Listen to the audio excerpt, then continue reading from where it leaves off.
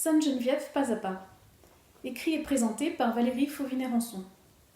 Aujourd'hui, deuxième épisode. Sainte Geneviève, née dans l'Empire romain, morte dans le royaume franc-mérovingien.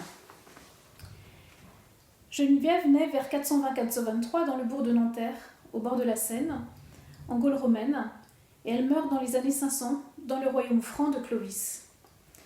Elle est donc romaine à sa naissance. Elle va vivre longtemps, 80 ans ou plus, tout au long du 5e siècle, qui est l'un des plus complexes pour la Gaule, peu à peu dépecée. On ne peut pas bien comprendre sa vie et les événements historiques qui l'ont marquée et auxquels elle a participé sans faire un petit peu d'histoire. En 406, des peuples barbares germaniques, notamment les Vandales, les Alains et les Suèves, ont passé le Rhin dans la nuit du 31 décembre et ils ont déferlé sur la Gaule. Ils ont pris des villes, les ont presque toutes pillées. L'empereur, Honorius, n'a pas su ou pas pu défendre les provinces gauloises, lui-même menacé par les Wisigoths d'Alaric. Ces derniers sillonnent l'Italie et finissent par assiéger et piller Rome en 410. Rome elle-même, la ville éternelle, qui n'avait pas été prise depuis 8 siècles. Ce qui constitue, ce sac de Rome, un gros traumatisme pour ses habitants et tout l'Empire. Certains barbares en Gaule ont continué leur route, tels les Vandales qui sont passés en Espagne, puis finalement en Afrique du Nord, où ils se sont installés durablement.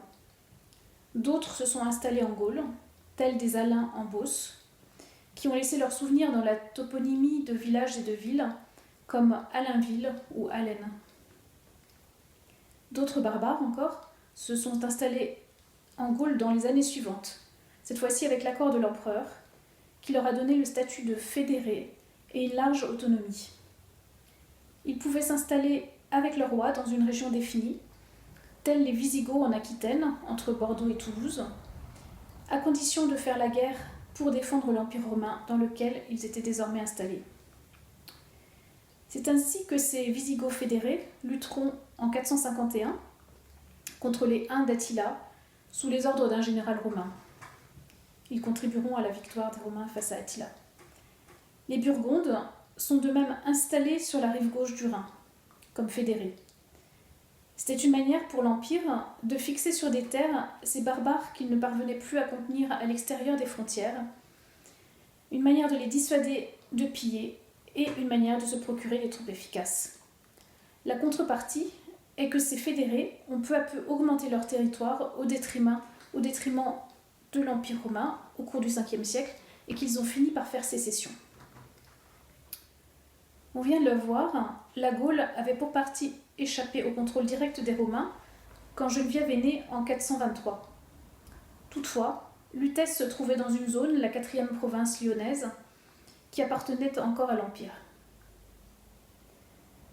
Pendant la vie de Geneviève, un autre groupe de barbares, des Francs, sont entrés en Gaule et s'y sont taillés un royaume. Je reviendrai dans un autre enregistrement sur la manière dont ils ont acquis Lutèce. Geneviève, après avoir largement contribué à défendre la ville contre eux, sut se faire apprécier de leur roi à qui elle prodigua ses conseils.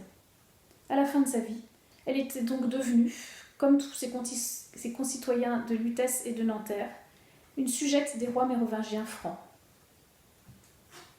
La famille de Geneviève est représentative du processus d'intégration et d'acculturation des barbares entrés dans l'Empire. Son père, Sévérus, était d'origine franque. Comme beaucoup d'autres barbares, il était entré jeune dans l'armée romaine pour y faire carrière. On estime qu'avant même l'installation des fédérés en Gaule, cette armée romaine comptait au moins 40% de soldats issus des peuples barbares, c'est-à-dire de peuples non romains.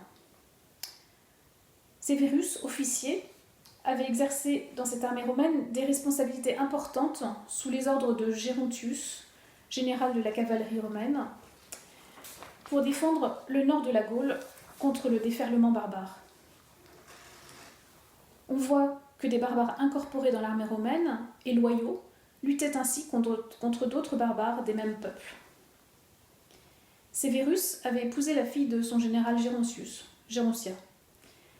À la naissance de Geneviève, il avait pris sa retraite militaire et loin de retourner dans sa patrie d'origine, en beau romain qu'il était devenu, il s'était installé en terre romaine.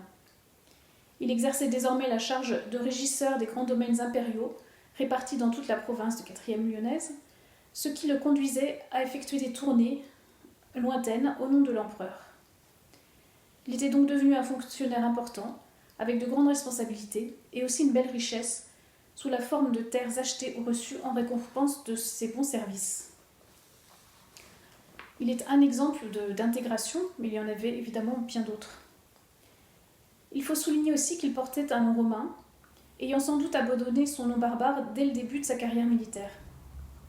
À la naissance de Geneviève, il se sentait visiblement suffisamment intégré pour ne plus avoir à faire la preuve de sa romanité. En effet, ce n'est pas un nom romain que sa femme et lui donnèrent à leur fille, mais un nom germanique romanisé, Genovefa.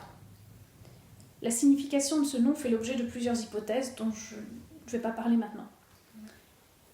Geneviève était donc, par sa double origine franque et romaine, comme préparée au passage progressif d'un monde à l'autre qu'elle allait devoir vivre, tout comme ses contemporains, passage qu'elle sut accompagner au lieu de le subir.